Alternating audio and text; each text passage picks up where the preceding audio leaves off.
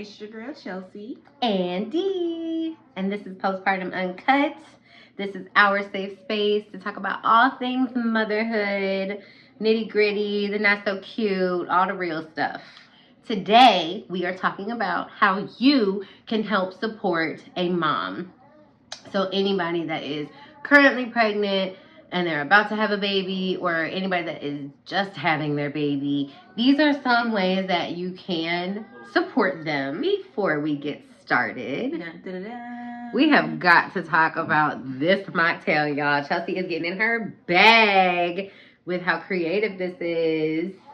So this one right here is called Winter Wonderland. It's so pretty. Thank you. Yeah. So it has the sprinkles on the outside to kind of provide like a wintry, snowy, effect. And then it has the red inside. It does have a mixture of liquids in here, but there's cranberry juice. And then we have the cranberries.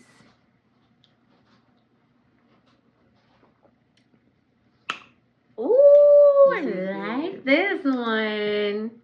It's so pretty too.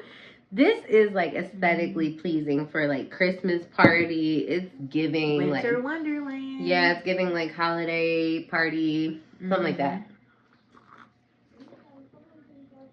And the sugar is yummy. Okay, great. I will always try I the was gonna rim. ask you. I was like, "How's the rim?" I will always try the rim. Okay. These are the ways that you can support a mom-to-be or a person that just had a baby. And this could be somebody on baby number 3. Everybody needs support during each pregnancy. Each pregnancy. And these are some things that we collectively have discovered end up happening that people may not realize are not very helpful. So we have a do and a don't of postpartum support. So a do is cater to the mother's real needs. We want to emphasize real because real means what they need from you, not what you think they need, what's convenient for you to get, what they need. Do you have a personal story about that? I think that people know how to help in the ways that they would like help.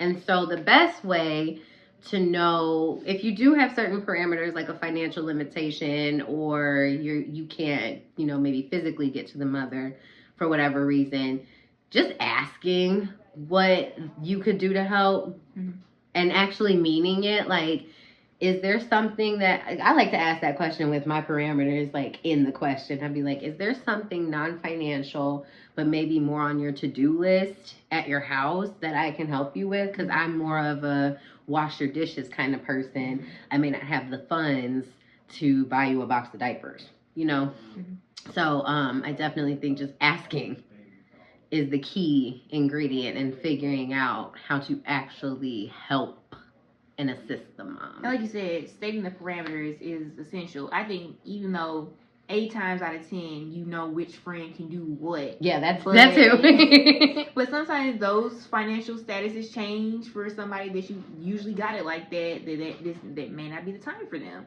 So just, if that is you, just, hey, this is what I'm trying to do. What out of this makes you happy? That's exactly how I would ask that. So the next one we want to dive into is be a good listener. I think that's very important because, first of all, everybody has things they need to vent about.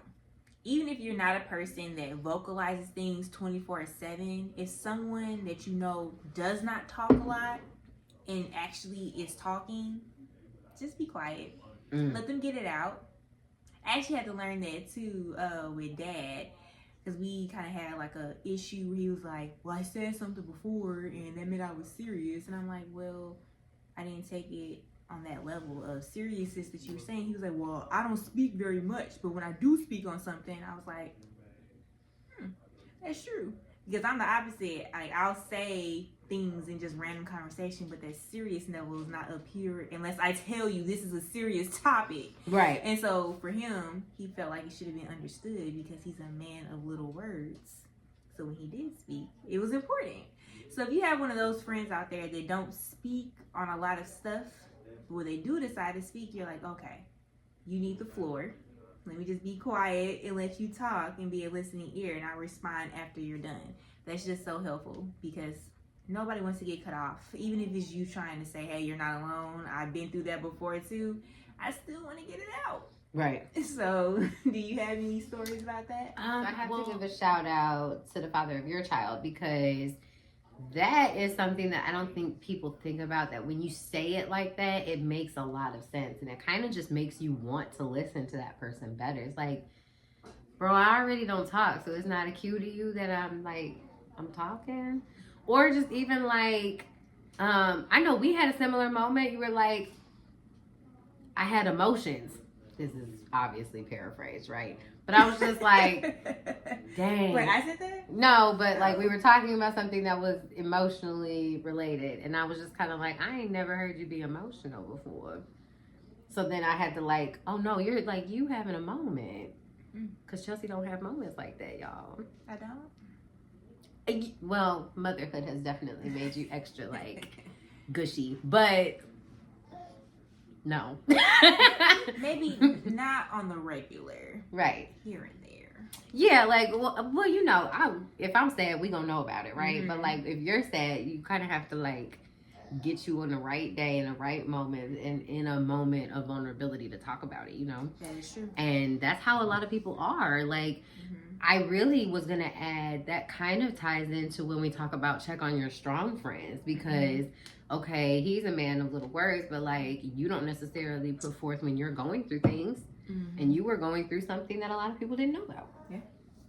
You know, or like, you know, just because your friend is really good at handling her business despite being a single mom, that doesn't mean she doesn't need to be checked up on. You know, if just because someone's kicking ass at motherhood does not mean that they don't need someone to say, how are you doing? Yep. I think that's just the biggest part is like asking how I'm doing. And that's how you're checking in. And then you can say, okay. The other tidbit I have is like when you're being a good listener is to like you said, wait till the person is finished to respond. But then also like don't feel pressured to say what you think you should say. Like kind of just take that person's feelings and summarize them to show them that you comprehend how they feel. That's all you really have to say. So like if I'm listening to Chelsea talk about how her birth experience went with all the last minute things and being a preemie baby, like I can just say, okay, so you were probably feeling really scared and in shock and confused, and I imagine that you were a little feeling alone because dad wasn't there yet. And all these things that she can say, yes, I did. And that actually helps make her feel heard more than you feeling like you need to say whatever you hear other people say to people in this situation. Because that was like a big thing for me during pregnancy is the same small talk conversations. It just assumes that everyone's having the same experience and we're definitely not. So just be mindful that you don't necessarily have to say what you think you have to say. Actually focus on what the person is telling you and summarize like, hey, I empathize with you. I think you're trying to tell me that you feel this way. And then follow up with, is there any way I can help that? It's almost like when you write a paper. Yeah. You got your paragraph. Yeah. And the last sentence kind of like recaps what you just said. It's like a recap. Yeah. Letting them know that you actually were listening and engaged in what they were saying. Yeah. It's just big. It just goes a long way. For sure. So the next do on the list is give grace. Oh, that one. I think that is super important because, like for me personally, well, pre-baby, and I'm working on it now, but I was a stickler for people being prompt. Like, if we get drinks, we going to dinner, and we said 7, why are you, like, willy-nilly rolling up at 7:20? Like, that bothered me. Especially, like, I didn't get heads up, like, you stuck in traffic. It's the heads up, though. Like, or maybe one of those chronic friends that always do that, so you just kind of like... Are we really doing 7? Or is it 7:15? So should I get there at 7:20? So actually, I'm gonna tell you 7, and I'll get there at 7:20 type of thing. So it's like I was really a stickler with that before, even people with kids, because I didn't have a kid. So I'm like, we said 7:20. Why don't we go ahead and take this moment to apologize to whoever Whatever mom friends that we had where we didn't have any clue. Yeah. So I do apologize on that. I really do, because I would be upset. Like, yo. Because I know they're watching us right now. Like. But I do have to say on the same thing, though. So I don't think every parent is working to get better at that. I'm actually working to get better. Like, I'm actually upset with myself. Like, I had a moment in the car the other day. I'm like, no matter what I do, I just can't get out of the house when I want to. I even got up an extra 30 minutes today, and I'm still late. Yo, I had that moment so today. So it's just like, I'm trying to get better, but it's just like, what? It's always something. Always something. So yeah, give grace. I'm actually better at giving grace now than I was before, because now I understand, because I am in those shoes. So yeah, but that's just my little personal tidbit. I agree with all of that. I do, because I was one of the friends. Dang, yeah, where are you? I know, bro. Pre-baby. Pre-baby. Yeah, like I had to be, right? But yes, grace is huge, because I'm already having a hard time giving myself grace. And I do have a specific example. Well, not really a specific example, but there's a specific time that I can remember that, like, the whole first, 4 months of my postpartum journey, I was really bothered by people that did not give me grace. Like, in ways that I felt like I shouldn't have had to ask for it. It was like people that I was close with and people that I had like a very tight-knit relationship with, and they were being what I felt like was very unreasonable and not giving me grace for the fact of like, did you remember that I just had a baby? And so when you don't give grace, you actually come off as very dismissive. So it kind of just says like, oh, you had a baby, so what? My life is still moving on. Okay, well, my life over here is different, and it's going to look different over here. I am also different. And I don't even know, we talked about in the previous episode about the identity crisis. You know, like I'm still figuring myself out. So I can't explain what this version of me did to piss you off by not texting back in a timely manner or whatever. Like, I can't explain myself because I'm still trying to figure it out. And that was incredibly frustrating because I really don't like when I'm trying to take the time to fix what I need to fix for me up here. Y'all know I do my turtle shell thing. I go back, I duck off, and I work on me. And y'all don't hear from me for like 6 months, and then I pop out again because, you know, we're outside again. But like, it was incredibly frustrating that I was working on giving myself some grace and figuring out what kind of mom I was going to be. I had breastfeeding issues. We talked about all that stuff that hits you. And remember I said the first 8 weeks is boot camp, y'all. So get out my face. Like, cut me some slack. I am trying to figure out how to get a nap in and wash my dishes. I can't answer your text message about the package that is at my door. I can't. Like, it just felt very dismissive. It also, not to cut you off, but I think it felt more dismissive from people that had kids because you should understand. I think I am specifically talking about people with kids, actually. And if I did not say that, that's a big part of it. It was incredibly frustrating because these people had kids. They either had kids before or they have young children, but they have gone through birth before. If you are my friend on social media, we're going to talk about it because I just did it. I went on a rant because, you know, the whole, I hate saying celebrity names in videos, but like we know Hallie, we love Hallie, right? There was that whole thing with her, and I watched people on social media like making fun of her. And I was just like, this is so ick to me because we don't know what she's dealing with at home. You don't know her. She could be having postpartum anxiety, and the people that were involved in that, it doesn't actually, I'm not even about to give it you don't need a reason. She just had a baby. Whatever she decides to do with that baby is her decision. And how she reacts to things she's human, first of all, and then she just had a baby. So it's not fair to judge her, to mock her. I saw some really ugly things on the internet while talking about her, and I was just kind of like, dang, do y'all be forgetting that new moms are new? because a friend told me that. They were like, I be forgetting you a new mom just because I work with kids so much. And I'm like, yeah, this my only one. This my first time. I just got here. I'm still in training. Like, so it's like, I think people forget that new moms have a whole situation going on. It would be best if people that had kids, the best thing you can do is take yourself back, however far you have to go. And remember those first 2 months at home. What you were doing, what you were wearing, what you were eating, who you were talking to, what made you sad, all of those things. I want you to go back and think about that and then decide if the way that you're supporting someone is reflective of how you were treated or is reflective of how you would have liked to be treated. Are you changing the game, breaking the cycle? Yeah, you don't have to treat people the way you were treated is what I'm trying to get the OG generation to understand. And it's not all y'all. Like, I'm not doing that. I'm just saying what I saw was not cute. And it was actually, it makes me not want to talk about how I feel, because then it's like, oh, are y'all going to share my status on your wall too and talk about me? Like, that doesn't help anybody talk about emotions. And I'm just such an advocate for emotional intelligence and emotional health that anything that hinders that, I'm calling it out. And that's just something that we don't need in this world. We need to start learning how to give each other grace so we can give ourselves grace and we can start moving forward as a community. Yeah, I agree. Sorry, that was my rant. That's why we're doing this. Yeah. Get it off your chest.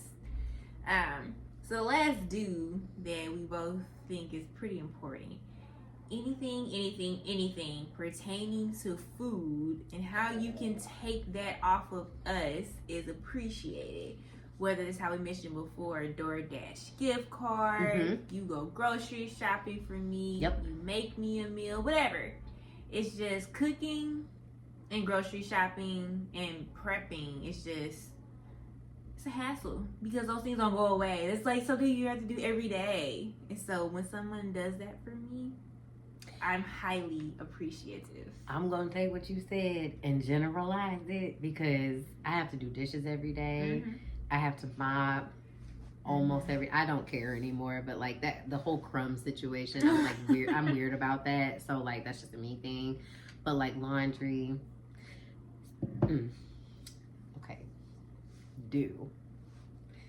I did not have a doula. We will talk about doulas. I did not have a doula. But if I could have requested a doula for a specific time period, postpartum doula, I just saw one on Instagram. That lady came over, cooked dinner, held the baby so the mom could sleep. Held the baby so the mom could sleep. Not held the baby because we want to see the baby. And did 3 loads of laundry while she was there. She was there for maybe like 5 hours or something like that. Postpartum doula? Huh. Yeah. If I was going to invest in a doula, now that I know what my experience looked like, if I was going to invest in a doula, I may tap into that. The postpartum doula. I mean, actually becoming the postpartum doula. That's fine with me. Like, you can come over. I can see myself doing something. And bring my baby. We just gonna have all the babies. But not just like for like a job. No, like, I could really see myself doing that. So shout out to my friend Christina. Congratulations. She just became a doula. Ooh, and nice. I just saw she just took like a breastfeeding class thing. So I was like, oh my God, we just talked about breastfeeding. So yeah. I honestly like I feel like, at least in my timeline, like in my circle of social friends, it's kind of like that moment when a lot of people realize that they have passion for skincare and became estheticians. I'm starting to see people that have passions for nurturing moms, praise y'all, and are starting to get into doula work. I actually have a friend that's a doula as well. See? And I think she low-key kind of was like trying to see if she could help me with my pregnancy, but then she like texted me and I was like, I had the baby. She was like, what the hell? You just told me you were pregnant. And I was like, I think that's the response you got from everybody. Like, what the hell? So when her birthday? January. What? You just told me in December. That's so funny. Yeah, no. I'm all for things that make sense and make our souls happy and make the world better. So, like, yeah, maybe if this is your sign. Maybe if you're watching this and you've been thinking about it, maybe this is your sign to become a doula and leave that corporate job behind, honey, because corporate America don't love you like I will. Especially if you do 3 loads of laundry, okay? All right, so moving on to the don'ts list. So, the first one is don't invade my space. Like, do we mean personal or just in general? What do you mean by in general? Because, like, for me, I hear that, and I also think, like, when people want to come over unannounced or they bring other people with them. Well, that's part of the space, I guess. Yeah. Like, in general, don't. I didn't know if you specifically meant, like. Oh, well, I mean, you had to think about that. Like, don't rub on my belly, like, you know, all that extra stuff. So, yeah. We talked about the difference between that, though. She had a baby bump for 2.5 seconds. I walked in a room for 6 months straight, and it was the first topic of conversation that people want to have with me. Like. Yeah, I just feel like invade my space in general. Yeah. Whether that's you in my face and I need, like, back up. Why are we touching bellies? Like, no. Or, like you said, I'm trying to relax in my booty shorts, and then why are you knocking on my door unannounced? Like, yeah. Or even if you're, like, if you are trying to come over, right, for whatever reason, do or don't. Like, my criteria for who was allowed over was whoever I could be that version of myself around without judgment. Because it is, there, no matter how much you spend it, there's anxiety about my house ain't clean enough. Or did I you know, hide my bloodbath from the bathroom in the trash can to be polite, you know, like stuff like that. And you're just like, sometimes people aren't ready for the ugly sides of your postpartum journey. So it's like, protect your peace kind of situations too. Or, like, just if you did have a traumatic experience, don't blow up the other person's phone, you know, asking all these questions. I mean, that didn't happen to me because I pretty much, people know how I operate. So thank you for respecting my space. But for people that don't have, I guess, like, that foundation already, like, established with their people, that could be very disheartening, having to explain the story for the 18th time because people keep asking. Or, you know, you're trying to process it yourself. Like, or just hear your own thoughts. So give people time to kind of process and then maybe ask a little bit later. My rule is leave them alone for the first 8 weeks. That is boot camp. I will say that until I die. Yeah, you will. Because it's the truth. I feel like and I'm not saying that things get better after 8 weeks or they, like, just magically become easier. I'm just saying that those first 8 weeks can be intense. There's a lot of adjustments happening. If you are not in the inner circle, and you know if you are not in the inner circle, it's okay. Give it a minute. Like, even if, like, you want to just let that person know you're thinking of them, but you don't really want to, like, do too much. Hey, I thought of you. I hope all is well. If you had the baby, I hope it went safe. If you didn't, I hope you're feeling okay. If you need anything, feel free to call. Love you, bye. That's like a letter, right? And I'm cool with that. But, like, did you have a baby yet? What's going on? Why you haven't called me? Stuff like that. That's a quick way to get blocked. I don't know. Back to space. Like, if you're going to, okay, so my sister-in-law is pregnant, and I'm, like, extra cautious of what I want to do to help her, like, where I can too. So if it's, like, when I cook and I bring food, I'm, like, prepared to drop that mug off outside her door and walk away, because that is something people don't realize. Like, even if you're trying to do something nice for me, I might decline it because I don't feel like talking to you, or I don't feel like trying to perk up or be whatever I need to be to put it on. Or I may not have the capacity to. Maybe my baby is going through something, like shots, teething, whatever it is. Like, sometimes the baby just ain't acting right? Like, you just gotta recognize that people are going through something, and you need to give them the same amount of time and space and comfort. Like, you need to give them that same energy that you would want. Mm-hmm. So just be mindful. The next don't overshadow my experience by telling me about your experience when I'm trying to vent. And it does kind of sound like the other one we're talking about, but this one more specifically, like, I'll give you an example. So even like between Deanne and I, Deanne wants to talk about her birthing experience and how the baby kept her up all night. Like, well, at least your baby wasn't on oxygen. You know, like a comment like that is overshadowing what she's trying to say and dismissing it. Yeah. By inserting what I went through. Now, granted, somebody may feel like that, and that's a valid way to feel, especially if the other person is, I'm not saying you're complaining, but if the other person is complaining, that is a valid thought. Like, it's almost like be mindful of who you're talking to, because it's like, okay, so you want to go on and on and on about not getting any sleep because your baby kept you up a couple times out the night, but did you realize that this baby has a heart monitor over here, and she has this, and this at home? Mm-hmm. Are you being sensitive? You know what I'm saying? By going on about that? But if someone is venting to you, definitely just try not to overshadow their experience by saying, well, you didn't deal with that, so be grateful for that. Or you at least you didn't have to do that, so be grateful for that. Because I feel like a lot of people do that. Yeah, and it's easy to do that too. Like, just because dismissiveness has turned into like kind of part of small talk. Mm-hmm. And so it becomes like regular conversation, and then unless you really talk about how it makes if the other person tells you how it makes you feel. We actually did have a conversation like that. We was talking about our cycles. And I was like, I don't feel bad for you. I hurt right now. You only hurt every other couple of months. And you was like, but I hurt today. So what you mean? And that was like, that dismisses how she's feeling in that moment. And it doesn't give her credit. It doesn't give her empathy. It doesn't give her sympathy. Like,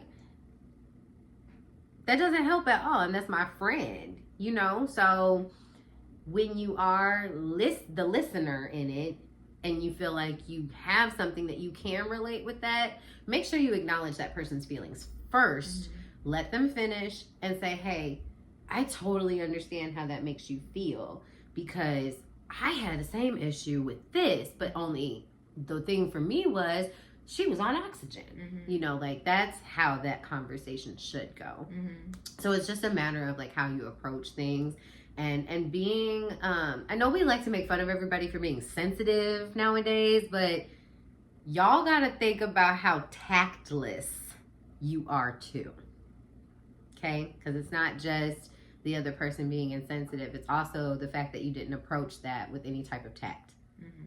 So it goes both ways. I agree. Oh, yeah. You know what else I feel like goes under that is when I talked about like during the pregnancy, when people would be like, oh, you just wait. Mm-hmm. And I'd be like, what the fuck? Mm-hmm. Like, make sure you're not saying the standard small talk items that we have decided as a society are okay to talk to pregnant women about and accidentally offending them.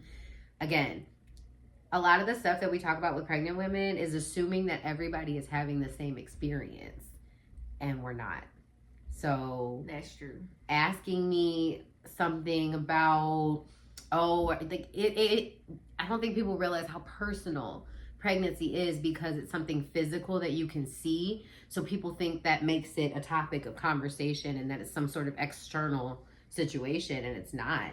This is an internal situation. This is something that's personal, happening between me and my body and my baby that I made.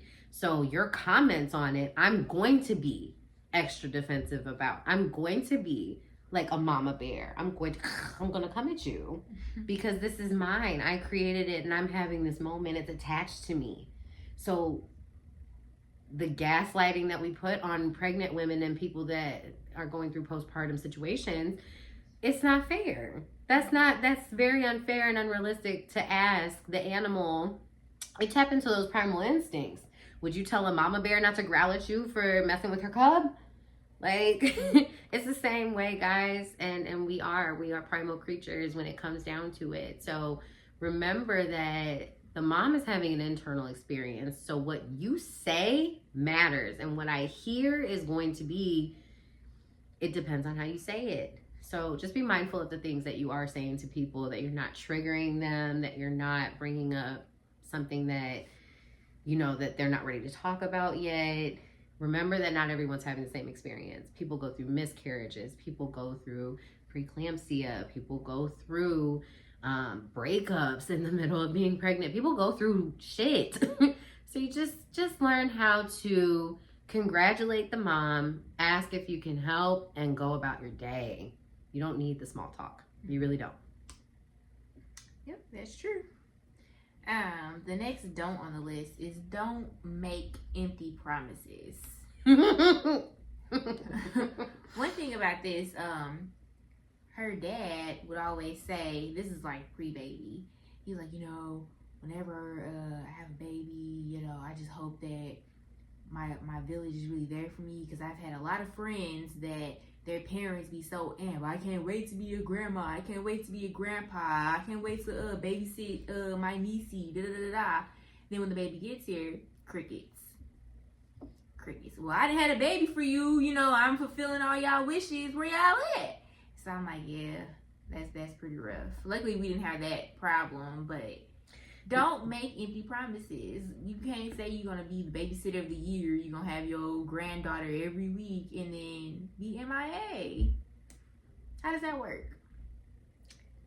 I have never been a fan of empty promises, and we all know why. I'm gonna tell you why if you don't know why. You ready?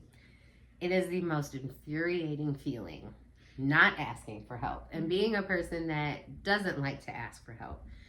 Most of the time, if you don't like to ask for help, you are usually disappointed, let down, or left hanging. So if I don't ask for your help and you offer, volunteer it. That's the issue. You volunteer something. You could have stayed over there. And you don't fulfill what you said you were going to do. I have a whole attitude now. Because why? Because you could have just shut the up. You could have just sat there and not said nothing, and that would have been okay. Yep.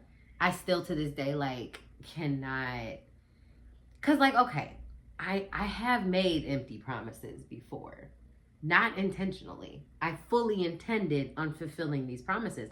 I actually can tell you almost every empty promise if I can think of them, because I know who I left hanging. And it doesn't happen that often. It doesn't happen often, and I am sorry if you are one of the people that I'm counting on my hand. I know exactly who I'm talking to. But do not hype me up. Do not get my mom brain settled. You don't know what I'm planning on doing. So let's say you think, oh, I'm gonna come get the baby and watch him for you. Okay, you know what I'm thinking about? I'm gonna take a bath. I'm gonna sit in the bubble bath. Or no, better yet, I'm gonna book a pedicure. And then you don't show up to take my child and I have to cancel an appointment. You better hope I didn't put a deposit down on anything.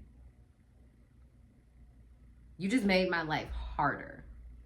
And you have now stressed me out. So do what you can. And if you can't, be quiet. And he's not lying. That does happen. There's plenty of people that swear up and down they're gonna be an auntie to my baby. Where you at though? Now to the people that are here, like I never wanted to sound like I'm harping on who wasn't. We have an amazing village, and I love who is here, and I think it's perfect, exactly what my baby needs. I know that who you have in your corner is exactly who baby girl needs. That's not the problem. The problem is like, don't say you're going to do something and then not do it. And if things change, communicate that too. There needs to be open communication. If anything, I'm going to be more understanding if you explain, hey, shit hit the fan. I'm still going to do this, but it's not going to be in the way that we talked about. I'm so sorry. But I'm still, and that's the thing. You know what I mean? Actually feel like the other person cared that they could not carry out the mission. Yes. It's not like, oh, can't come by Yeah, like what's up with that? Some of y'all make promises and then don't fulfill them, and then just don't say nothing, and then we sitting here or like you're it's passive, like whatever. No, it is a big deal. it kind of is, because then it's like, how do I look at you the same? Mm-hmm. You know, so, and it's not on the parents to make sure you see the baby. It's not. Give them their space, and then when you're ready to meet the baby, you need to make sure that they know that that's a priority. Because we're not the same generation as our parents. We don't feel obligated to do things the way that everybody else did them. This is a new day. This is a new age.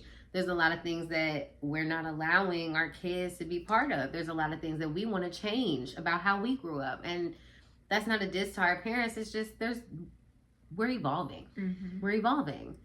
And so to help us evolve, you guys got to unlearn some of these things that we've learned from the previous generations.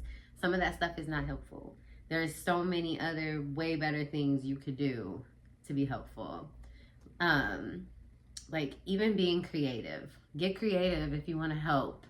Like if I had a girlfriend making me mocktails while my drunk friends are sitting around talking about their life, while I'm trying to breastfeed my baby. You know, something like that. I don't know. I just feel like there's not really an excuse to not be supportive. And if you're just not in a place where you can be supportive, then just fall back. It's okay. Check in when you can, but I'm not going to take it personal when people have life going on while I got life going on. Mm-hmm. I'm not. I am going to take it personal when you say you're going to help me with my life and then you don't. Yeah. It's super personal. All right, last but not least, to wrap up the don'ts is don't assume. And I think that's just really important. And they can go a lot of ways. Mm-hmm. The ways that I'm thinking about in my head right now is don't assume I'm good. Like we said, check on your strong friends, the people that always have their ish together. Because they're going through stuff internally too. They're just not telling you about it out loud. So don't assume I'm good. Don't assume this is the way I need you to help me. Because I actually need you to do this. Mm-hmm. How do people assume with you? Maybe it's my personality or something. Like maybe I do think people like get their first impressions of you and get a version of you that they just decide is your whole existence, and not that you're a person with dimensional personality. Once again, you're volunteering something to be happening. You're volunteering a conversation that didn't need to happen. What you say? I like my mornings. It's 8:00. I don't want to talk to you. I don't even want to be out the house. Or like I'll get people ask you stuff like, so D, how you feeling today? Oh, I'm okay. This is 8 months pregnant, big as hell, and I'm tired, and it's 7:00 in the morning, and I'm still going to work. What answer do you think you're gonna get anyway? Like, I'll be like, well, and I'm trying to be super like positive, even though I feel like shit. Like I'm like, I'm just a little tired. I got more sleep than usual, but I'm just a little tired. Oh, well, you ain't seen that. You ain't seen tired yet. Wait till you get home. Why did you ask me? Why did you ask me? And for the record, I'm team pregnant tired is worse than newborn tired, okay? Pregnant tired is ghetto. Newborn tired is like, we already hear it is what it is. And then too, with that kind of tired, other people can help you with that tired. Nobody can help you with the pregnant tired because it's just you. The man can't be like, let me get the bump for a second and like put it on me. Now it's like they can lift it. We did do that. I just be like, just hold me, and I'd be like, oh my god. Oh goodness.